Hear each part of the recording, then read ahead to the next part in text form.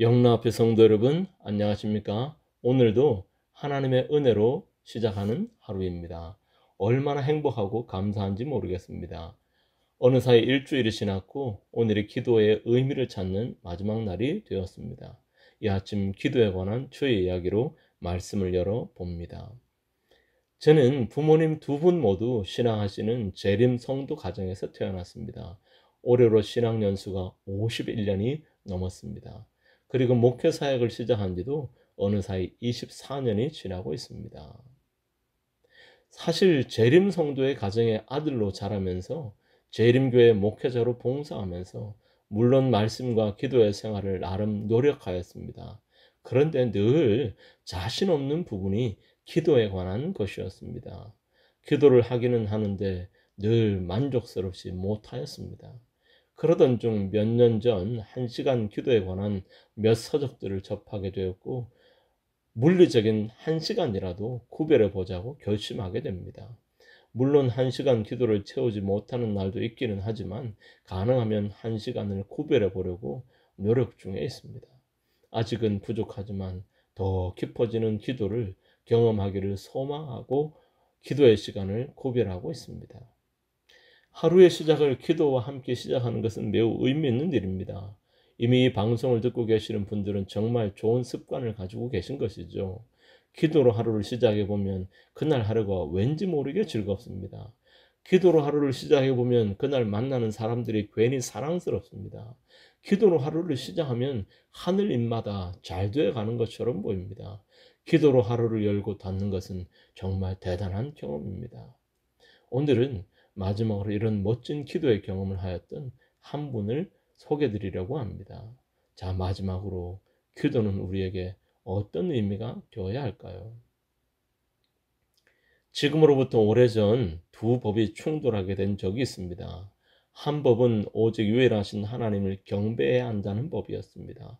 이 특별한 법은 하나님께서 창조하시던 당시부터 존재하고 있었지만 시내산의 십계명을 통해 문서화되었고 오늘까지도 이어지고 있는 하나님의 법입니다.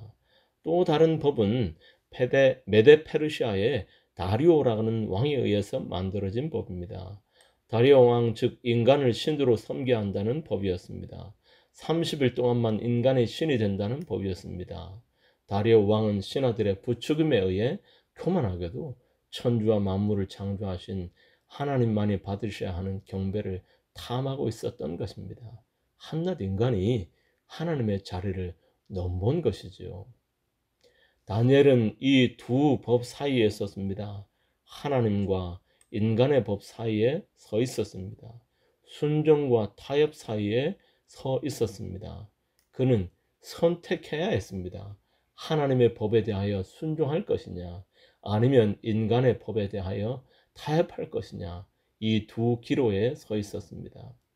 80평생 하나님께서 다니엘과 함께 하셨지만 그의 인생의 막바지에도 또 한 번의 위기가 찾아오게 된 것이죠. 그가 생명을 이어가기 위해 할 수 있는 것은 타협하는 길밖에 없었습니다. 길게도 아니고 딱 30일 동안만 하나님께 무릎 꿇는 일을 중단하는 것이었습니다. 딱 30일 동안 있게 되는 4번의 안식일만 적당히 타협점을 찾아 준수하면 되었습니다. 우리의 다니엘 선지자는 어떻게 합니까? 그런 곤란한 상황에서 어떤 결정을 하였습니까? 다니엘 6장 10절입니다. 다니엘이 이 조세의 왕의 도장에 찍힌 것을 알고도 자기 집에 돌아가서는 윗방에 올라가 예루살렘으로 향한 창문을 열고 전에 하던 대로 하루 3번씩 무릎을 꿇고 기도하며 그의 하나님께 감사하였더라. 전에 행하던 대로 하루 3번씩.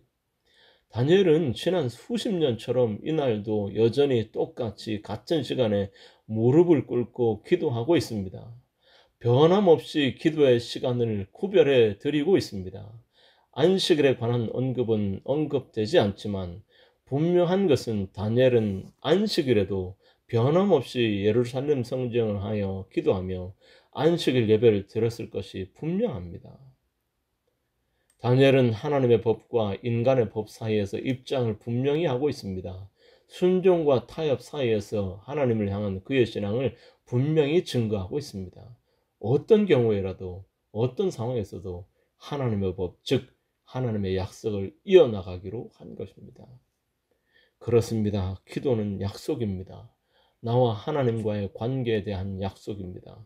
어떠한 경우라도 이 관계를 이어가겠다는 약속입니다. 어떤 상황에서도 이 관계를 유지하겠다는 약속입니다. 그렇습니다, 여러분.